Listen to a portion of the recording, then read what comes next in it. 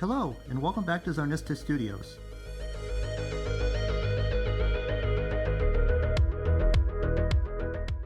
I loved growing up in the 70s and 80s. One of my favorite shows was the Adam West Batman series of the 1960s. And of course, I loved the toys, mostly the Migos and the Corgis. But what I really would have liked is something more in the 3 3/4 scale, something that would have been more fitting with my other action figures. A Batcave would have been cool, a playset. Over the last 20 years, companies have really been making an effort and have made different pieces. The first company to get involved was Polar Lights. They released a model that you put together in the early 2000s of the Batcycle, and it's pretty great. The next company to come along was in 2007, Mattel Hot Wheels. They did something that was very hard to do, was to negotiate the license for the George Barris Batmobile. He had the license, and it was very hard to get anything made after the Corgi, but they did it. They made a 1/18th scale, 1/64th, 1/43rd, and they are great. Then out of the blue came Funko, and they made a line of action figures, not the Pops, of the 1966 Batman figures. They made Batgirl, Batman, Robin, a lot of the figures. I was only able to get the Batgirl, but I got her, and I put her aside for a while, and she's great. And although a lot of bad happened in 2021, things got really exciting in the world of Batman when the Batcave was made by McFarlane. Now, they designed it for the 1/12 scale, but in my opinion, it seems to fit more in line with the 3.7-inch scale figures, and I hope you'll agree. And then out of the blue, not to be outdone, Mezco, who's normally known for their 1/12 scale, came along with a complete figure set with Batmobile and cardboard Batcave in the 3.75 scale. And it's really cool. It has almost every figure you'd want, and it's perfect. After many months of waiting, that Mezco playset is here, and it's absolutely incredible. Now let's open the box and take a look.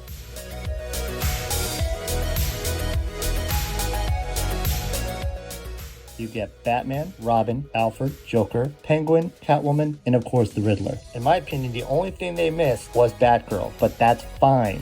The amazing thing is each figure has a different head. It also comes with an accessory and, more importantly, a figure stand. Unfortunately, Catwoman has a very difficult time standing without the figure stand, but they included it and she looks great. Also included are the bat poles and an amazing, very Toyotic Batmobile with cutting saw in the front, and it has a flame effect for the turbine engine. The plastic feels a little different than I'm used to in an action figure, but I can get used to that. I like the rubber capes because you can put the figures in the Batmobile very easy.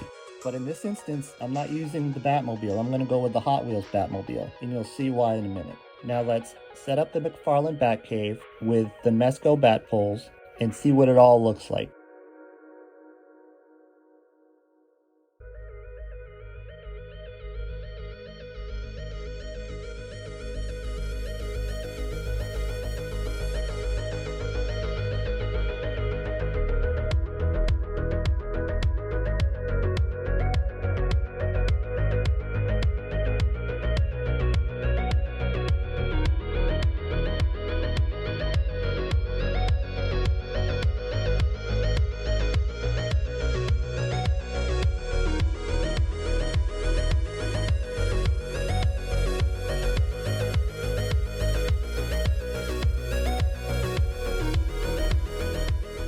This is the set I always wanted, and in the scale I always wanted. But as cool as this is now, there's one more thing I need to do.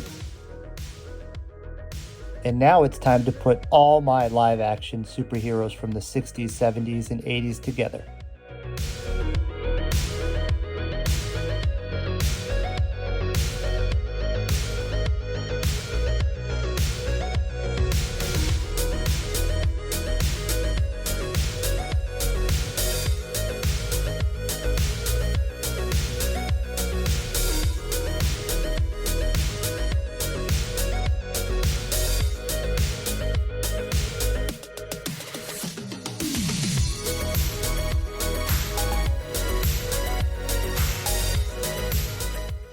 thank you to all the toy manufacturers and all the people with passion that put their hearts and souls into creating every tooling and piece for all of these parts from different companies. This is the diorama I always wanted, and it's here, and I am so grateful, and it was worth the wait. Thank you.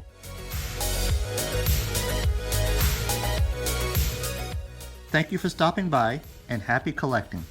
We'll see you soon.